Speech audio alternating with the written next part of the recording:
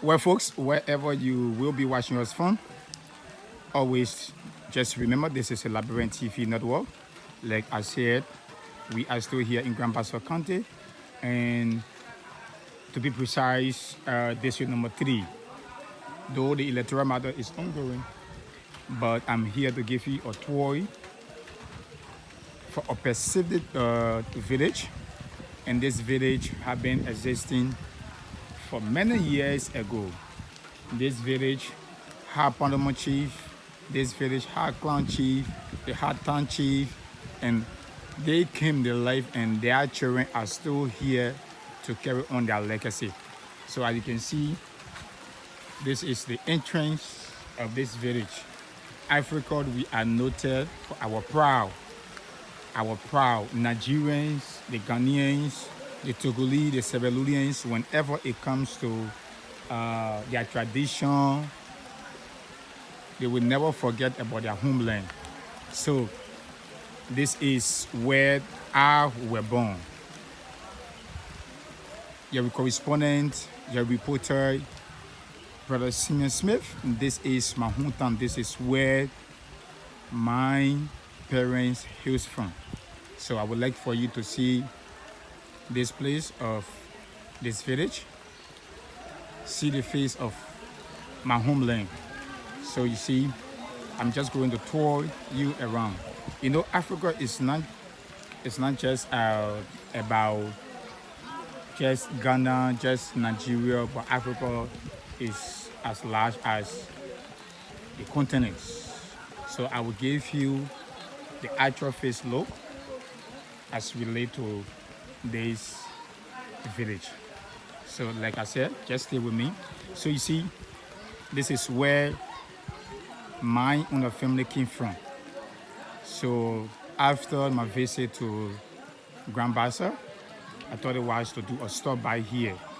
So this is Liberia, and this is Grand Bassa County.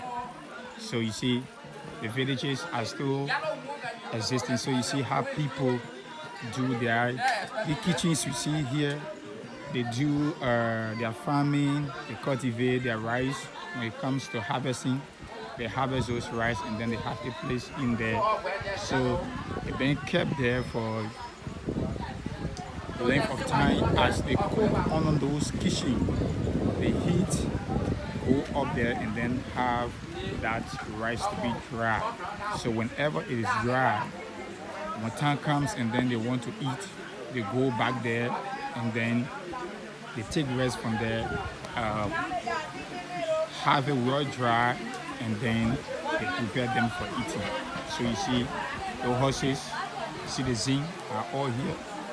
So they just tell you how Africa is. So you see, this is just about my homeland. So like I said, I will give you the face of this place. So you see how this village look.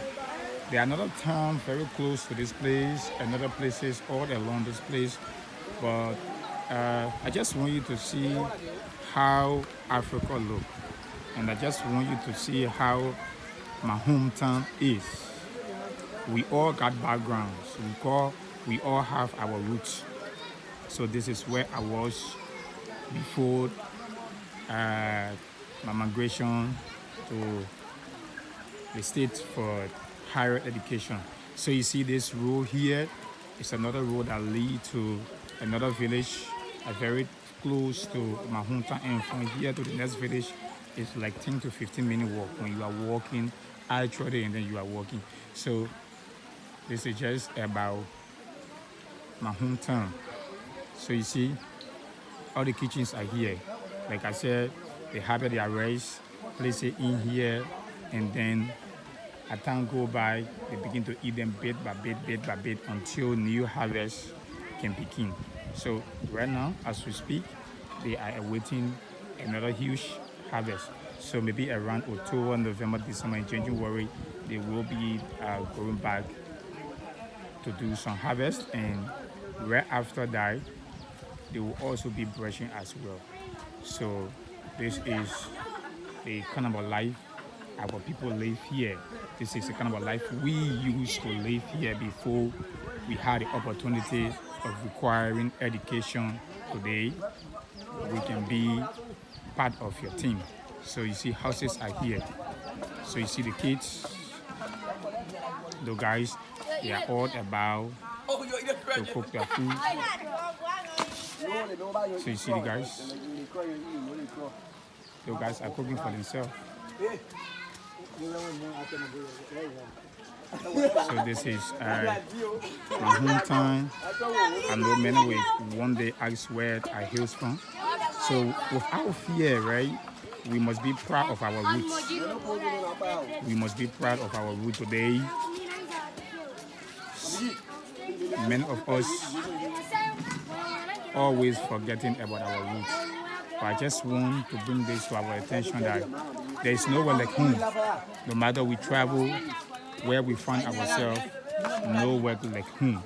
Home is always home. We travel, we get the best of education.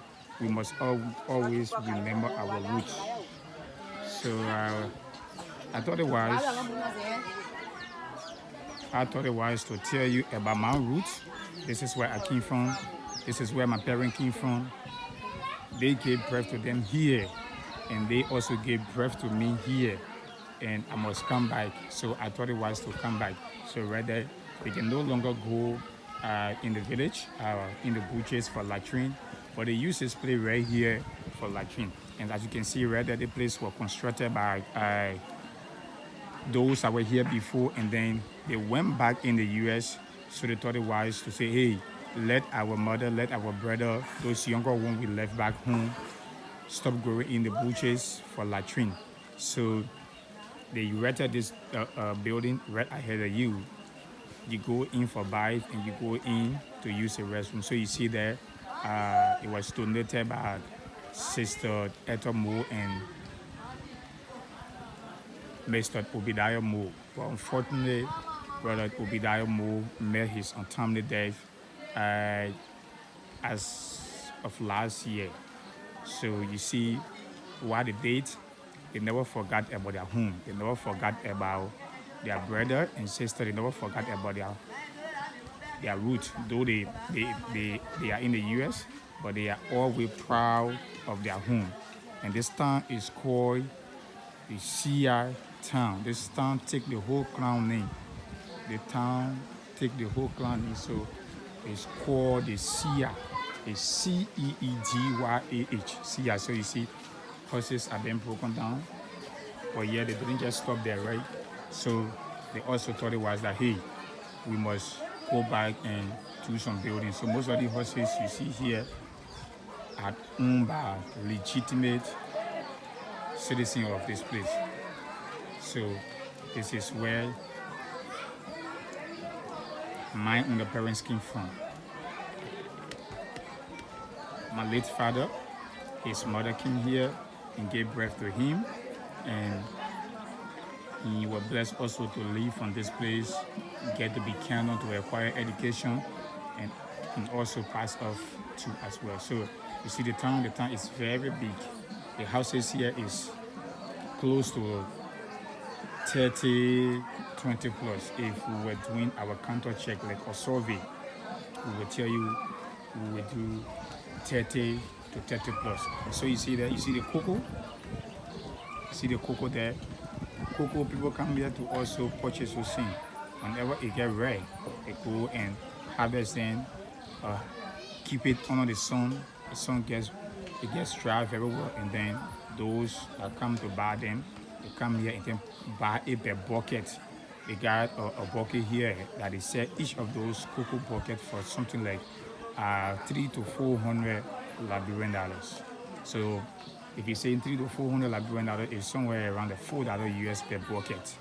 So these are some of the things that we do in the place. So you see, this is just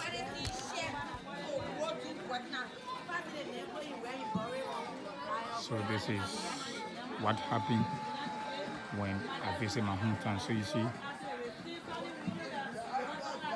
the horses.